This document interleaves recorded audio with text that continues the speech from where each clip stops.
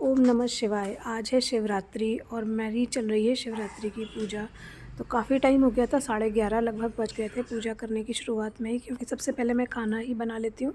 जिन लोगों का व्रत नहीं है उनको टाइम टू टाइम नाश्ता खाना कराना ज़रूरी होता है। तो पहले मैंने खाना बनाया, फिर मैंने मंदिर की सफाई और डेकोरेशन की, फिर भोलेनाथ का स्नान। और काफ़ी टाइम हो गया था, 12 बजे से पहले वैसे तो पूजा हो जानी चाहिए, लेकिन मेरी कभी भी नहीं हो पाती है, बहुत लेट हो जाता है पूजा में।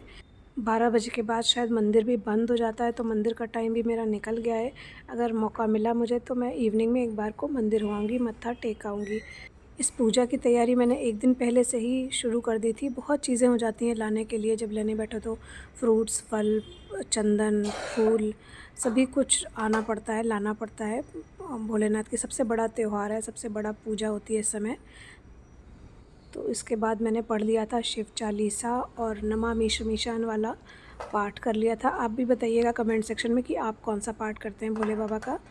और इसके बाद मैंने कर ली है आरती। रुद्राष्टक में डेली मैं नहीं पढ़ती हूँ, तो कई बार बीच में भूल जाती हूँ या गलती हो जाती है, तो मैं फ़ोन से देखकर ही रुद्राष्टक पढ़ती हूँ, तो गलती होने के चांस नहीं रहते हैं इससे। एक बहुत मेरी अजीब सी आदत है, मैं अपनी सारी चीज़ें जो विश लिस्ट होती है ना, वो लिख के एक चिट्ठी में भगवान जी के पीछे रख देती हूँ। तो आज मंदिर की सफाई करते समय बहुत सारी ऐसी चीज़ें मिली जो पिछले साल या बीच में कभी मैंने रखी थी, और वो आज मैंने सारी फेंकी हैं। अब नई विश लिस्ट बनेगी कि भगवान जी ये कर दो, भगवान जी वो कर दो। तो बहुत पुरानी बचपन की आदत है, जो काम कोई ना सुने वो चिट्ठी में लिख के बाबा जी के फ़ोटो के पीछे या मंदिर का जो कवर होता है उसके नीचे रख दो। कई बार पूरी होती है, कई बार नहीं होती है पूरी, लेकिन मुझे समझ में आ जाता है कि जो पूरी नहीं हुई वो क्यों नहीं हुई।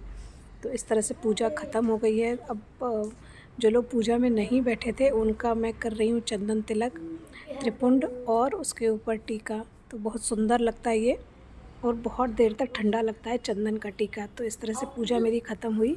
अब मैं जा रही हूँ सीधे किचन में मैंने आज बहुत सारा सामान बनाया। एक तरफ बन रहे हैं साबूदाना वड़ा, इतना बचा हुआ है और बनाना है, और इस तरफ चढ़ा हुआ है दूसरी तरफ गाजर का हलवा।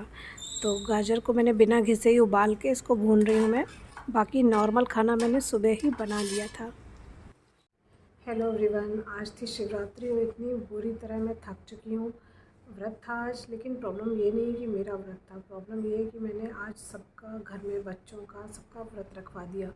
और इन लोगों को इतनी भूख लगती है कसम से, हर 2 घंटे में नई चीज़। पूरा दिन मेरा कुकिंग में गया है। साबूदाने के पकौड़े, गाजर का हलवा, कूटू की पकौड़ी और उसने क्या क्या, चाय दूध तो गिनती ही नहीं है। इतनी बुरी तरह मैं टायर्ड हूँ।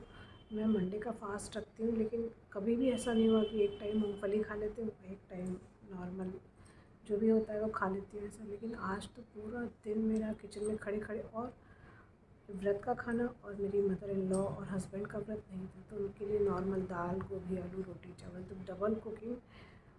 हालत ख़राब हो गई है बुरी तरीके से, लेकिन जैसे तैसे भगवान भोलेनाथ का व्रत था, मेरे बच्चों ने भी रखा। आज उनका पहला व्रत था, और बहुत मुझे अच्छा लगा, खुशी हुई कि उन लोगों ने भी कुछ किया भगवान के लिए। अभी तक मैं ही सबके बिहाफ में व्रत रखती थी, लेकिन आज मेरे दोनों बच्चों ने, बेटे ने और बेटी ने भी व्रत रखा।